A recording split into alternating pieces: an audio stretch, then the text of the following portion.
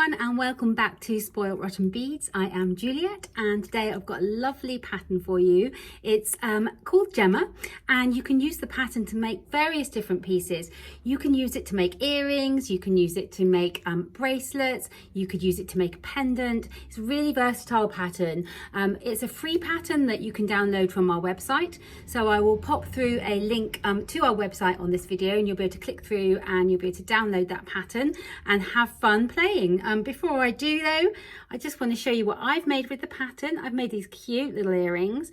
They're very sparkly with Swarovski crystal riveles and these really sweet little earring findings like a buzzy bee. But you can use these components to join them up to make a bracelet if you like. So if you want to make yourself a very sparkly bracelet, then this is the pattern for you. So before I go any further, I will say hit that subscribe button and subscribe to our channel so that you don't miss out on any of our videos. And I'm going to flip the camera over and show you guys how to get started. So to make these gorgeous Gemma earrings, you will need the following. You will need some 10mm Swarovski crystal riveles, some mini duos, some size 11 seed beads, some size 15 seed beads, some size 8 seed beads, and an earring finding to attach your finished piece to. I've got these cute little bee one here.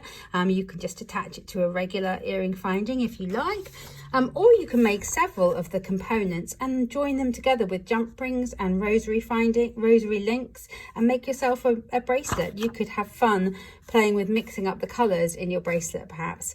There's a lot you can do with this pattern. The pattern is called Gemma and it's over on our website www.spoiledrottenbeads.co.uk. You can download this pattern for free from the website anytime you like, and I will pop a link through to that on this video in just a moment, and you'll be able to click through straight to the website. So the first thing you need to do is take a beading needle and some beading thread. I'm going to be using Fireline thread here, and you want to thread your needle up with around about 1/2 meter or so of beading thread, and start off by picking up a size 11 seed bead followed by 3 mini duo beads. And then you want to repeat that a total of 4 times. So it is a size 11 followed by 3 mini duo beads, size 11, 3 mini duo beads, and you'll have 4 sets on your bead mat, on your needle, not your bead mat, on your needle, like that. Okay, take that down towards your tail of thread, and then you need to take your needle and stitch back up through all of those beads so that you pull them round to form a circle.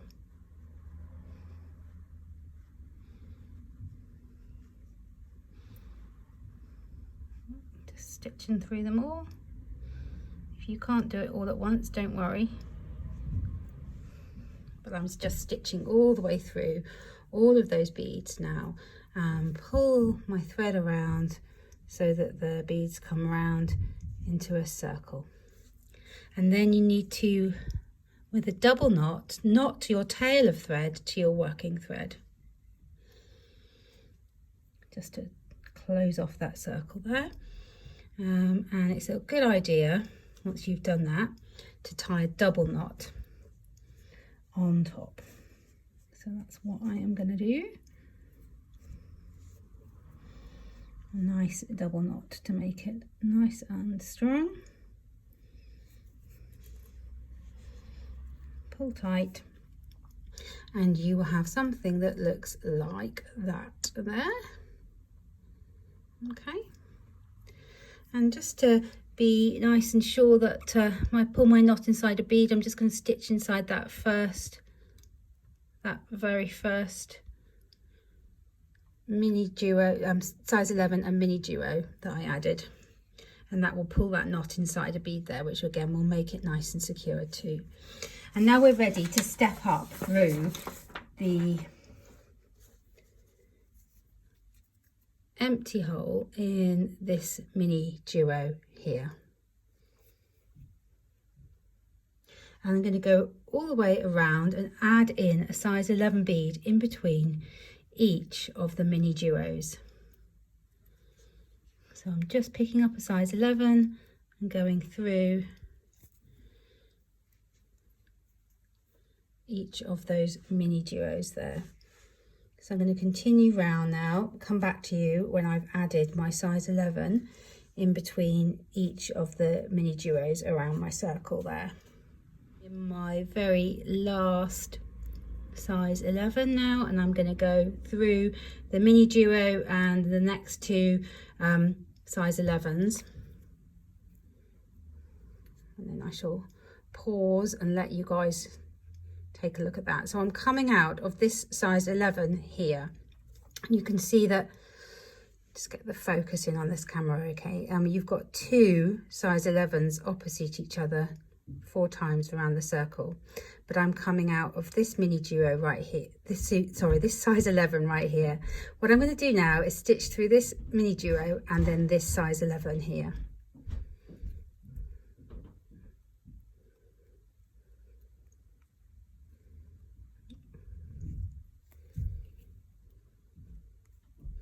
So I'm now coming out of this size 11, and there's a double there, and I'm going to pick up 7 size 11 seed beads and then go through this bead right here. So I'm going to create a loop of size 11s on top of where the double seed beads are. 2, 3, 4, 5, 6, 7, and then through that corresponding bead on the side of that, on the other side of that double group of size 11s there, and it will look like that. And I'm going to stitch through the next mini duo size 11 and do the same thing here. So it's going to be 7, 1, 2, 3, 4, 5, 6, 7, and then skip over the top of that double and go through that single size 11 that's on its own there. And I'm going to continue around that circle. This looking, have I got 7 there? Let me just check. 1, 2, 3, 4, 5, 6, 7. Yeah, I do. It just looks different to that, but it's just obviously an optical illusion. So I'm going to continue around my circle now, adding in my sets of 7, because these will actually go over to the back of the Rivoli and grip that Rivoli in place. Okay, so I'm just adding in my last set of 7 seed beads, and it looks like this. I'm now going to step up through the first 4 size 11s added in that first loop there, and now pick up 2 more size 11s, and again I'm going to go through the 4th, or what will be the middle size 11 on the next loop, and this will bring those loops, begin to bring them up together. That's going to bring them into the center like this, which is what's going to grip that pretty Rivoli stone in just a minute. So I'm going to do this 3 more times, but just before I add in do it for the 4th time, I am going to pop in my Rivoli stone.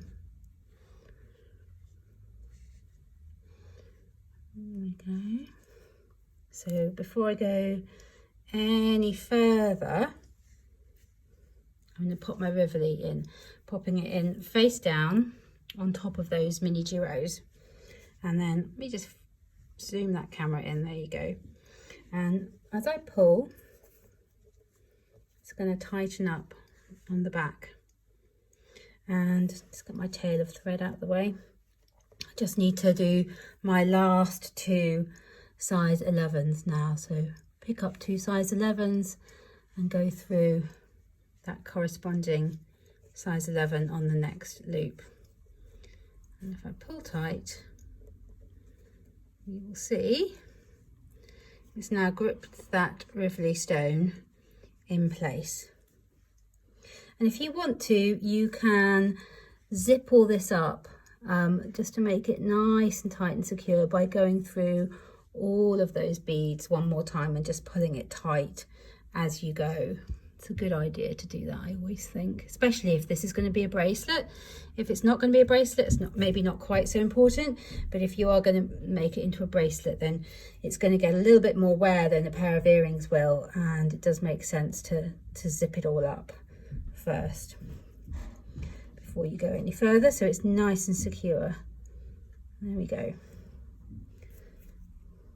So zipped all my beadwork up and tightened it up, and it's gripping that rivoli really nicely in place now. And now what I'm going to do is stitch down through these 3 size 11s right here in one of those loops. Okay.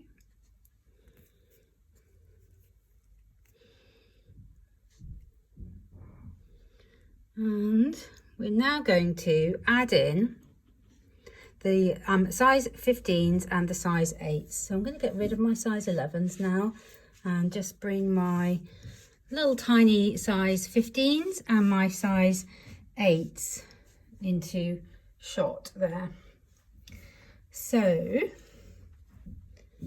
you will see that we're going to fill in the gaps here and here and here, where just right where the edge of the rivoli is, and you see the gap is bigger on this kind of diagonal corner than it is on this kind of more like square corner here. So coming out as I am right here, I'm going to pick up a size 8 seed bead and go down through the corresponding bead on the next part of the pattern. And now I'm going to pick up a 15, an 8 and a 15 and do exactly the same thing here. So I'm going to go down through the corresponding bead on the next part of the pattern. Let you guys take a look at that. So now I'm on to one of these kind of smaller gaps, so it's just going to be a size 8 seed bead on its own.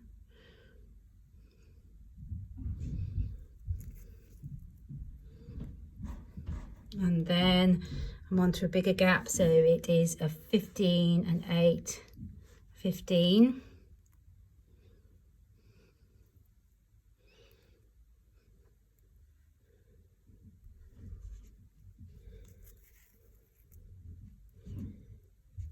Adds a little bit of a, you can just see them popping around the side now, so it just kind of finishes it off nicely.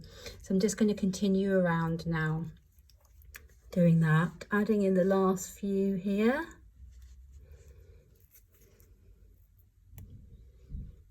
There we go. So these are really quick to make, these little units, so if you are making a bracelet, you'll be amazed, it will not take you that long actually. Well, you can just, the kind of thing that you can just kind of make one at a time and then come back a few hours later or the next day and make another one. So you don't have to do the whole thing all at once as well, which I think is quite nice too about this design. It's something that you can just build on slowly. Okay. So I'm going to let you guys take a look at the back now, and you'll see it looks like that.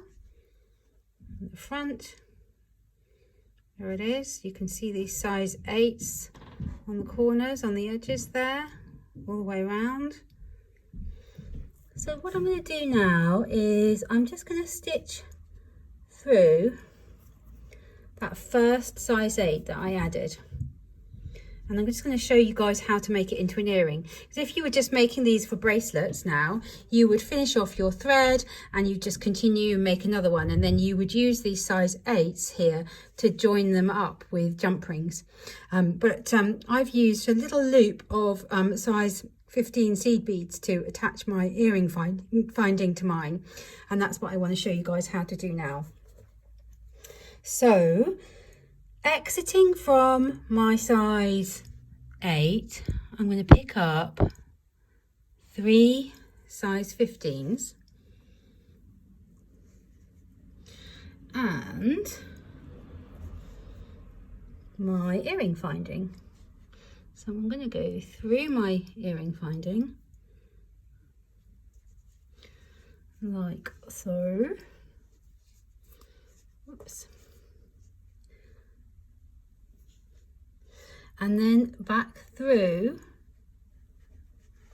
just that last single size 15 that I added. Let's get everything out of the way. It's so much easier to see when I've got an empty bead mat, isn't it? And if I've not got my thread tangled around my little bee earring finding, this should pull up and look like that. I'm now going to pick up 2 more size 15s and I'm going to go through the size 8 from the other side.